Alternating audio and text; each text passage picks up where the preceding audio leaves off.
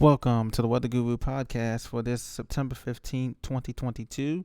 Well, the peak of the hurricane season is passing, and we do have some action out in the Atlantic Ocean basin that we're going to be talking about here.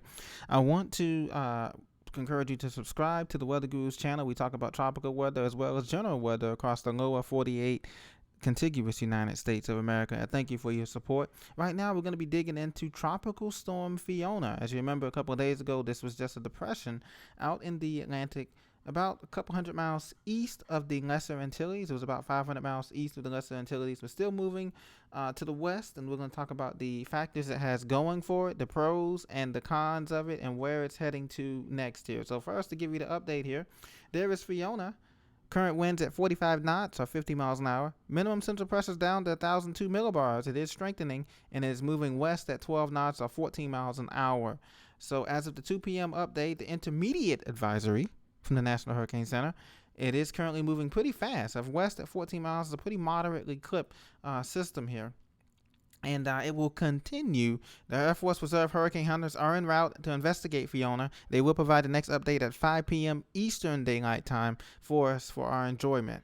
So looking at the current advisories here, we do have tropical storm watches in effect for Puerto Rico and the U.S. Virgin Islands. Antigua, Barbuda, St. Kitts and Nevis, Montserrat, and Anguilla are some of the other islands in that Lesser Antilles zone. Tropical storm watches in effect now for Guadeloupe, St. Bartholomew, and St. Martin. So if you're heading down that way, please be mindful of that. If you have friends that are having cruises planned for that area or even their interest in Puerto Rico, should monitor the storm carefully. It is not expected to become a hurricane. It will some slow strengthening, probably get up to a 60, 65 mile an hour tropical storm by in the next few days here as we progress, and we do expect tropical storm force winds to make it into these islands such as Puerto Rico, Anguilla, Antigua, and the British and U.S. Virgin Islands. So because tropical storm force winds extend out 140 miles from the center, it's mainly north of the center. We're going to talk about why that is in just a moment here. So we looked at the warnings here. I want to show you the projected speeds of the system here in this latest advisory here. And I want to show you, if I can find it here, I want to show you the projected speed. It is projected to grow a little bit here, but this is the cone of uncertainty. So you have the system moving through the Lesser Antilles here coming up this weekend. By Friday, Saturday, Sunday, we'll have a better picture of it. But it's supposed to make this turn to the north and northeast, feeding around the Bermuda High up here. It's obviously staring at the currents up here.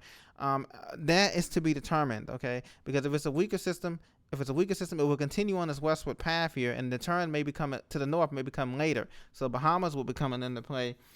Nassau and Freeport, Turks and Caicos, you guys want to watch out for that coming up later on Saturday, Sunday time frame, because it could make that turn to the north late if it's a weaker system and gets over these mountains of Hispanola, which are 10,000 feet tall, and that can disrupt the circulation. So it depends on how far the circulation stays off water. If it's more on land, obviously, then we may have a depression coming off of this thing. It may just weaken completely, or it may maintain tropical storm force, but come down to a lower tropical, say a 40 mile an hour storm coming off the coast of Dominican Republic and coming northward. So those are the options. Now, what it has going for it here, guys, is that if you look at the if you look at the satellite here, there is a lot of strong convection on the east, northeast, and southeast sides. The system is being blown off by a lot of wind shear, and that's what's going on right now. There's still a lot of southwest wind shear coming up from the southwest that's blowing into the system, and that's why you see it's displaced like that. So most of the strong thunderstorms up in the convection is actually up into the north. But if you look at the visible satellite, you can see that swirl. This is the center, but all of the storms are being blown off to the east and northeast because of the wind shear that's coming in here. And well, it's a little bit past the Sahara dust layer, so that's good, air layer that we had last week.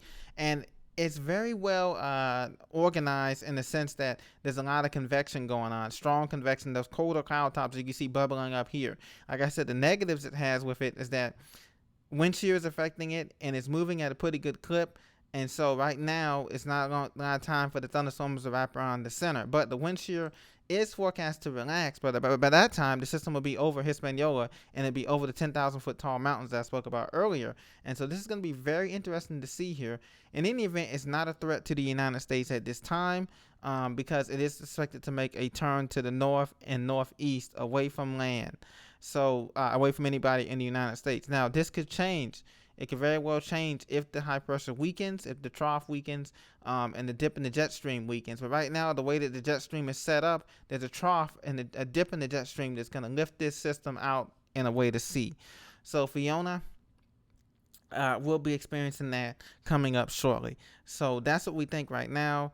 And another thing too that is going to be interesting to see is once it passes the Lesser Antilles, let's say Anguilla, Guadeloupe, Montserrat, and it gets toward Puerto Rico, how much land interaction does it experience from Puerto Rico to Dominican Republic? If it experiences a lot of land interaction, this could go down to a tropical depression easily and then reemerge off the coast somewhere in the lower Bahamas, the Eleuthera Islands, and Turks and Caicos, and we could have like a 40 mile tropical storm, and it continues north, and it could get pulled to the north and then to the northeast out to sea. Another thing to look out for is that at this speed, if it slows down when it gets to Puerto Rico, then look out. We could experience flash flooding and heavy rain from Puerto Rico to Dominican Republic to Haiti. They could be looking at, regardless of this, they could be looking at anywhere from, since the system is east side loaded, anywhere from 5 to 8 inches of rain, and flash flooding could occur in the mountainous zones of Puerto Rico, Dominican Republic, and Haiti and Hispanola. So we want to look out for that as well. I believe the system will slow down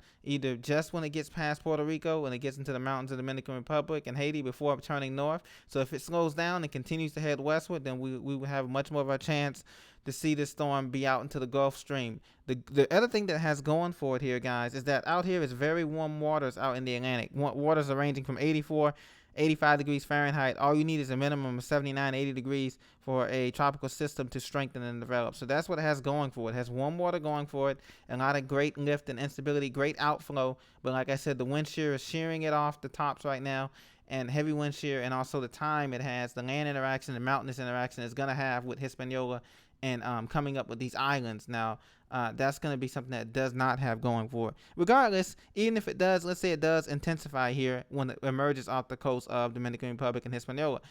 If it does, we're looking at a minimum a Category 1 type of hurricane situation. Now, if it gets even further westward and it goes up even further into the Bahamas and gets closer to the Miami, Key West area, you're looking at a Category 2 easily because of the warm water of the Gulf Stream, and it'll be beyond the zone of the wind shear that we have down here in these islands. So that it could be a possibility as well. But if it does not go further west as anticipated, right now the system and the models are forecasting right now for it not to go further west and to make that turn to the north. That's mean that the high pressure is going to be there. I anticipate during this time of year, I anticipate the system to continue its westward journey. I think the turn to the north is going to happen later than what the Hurricane Center has here.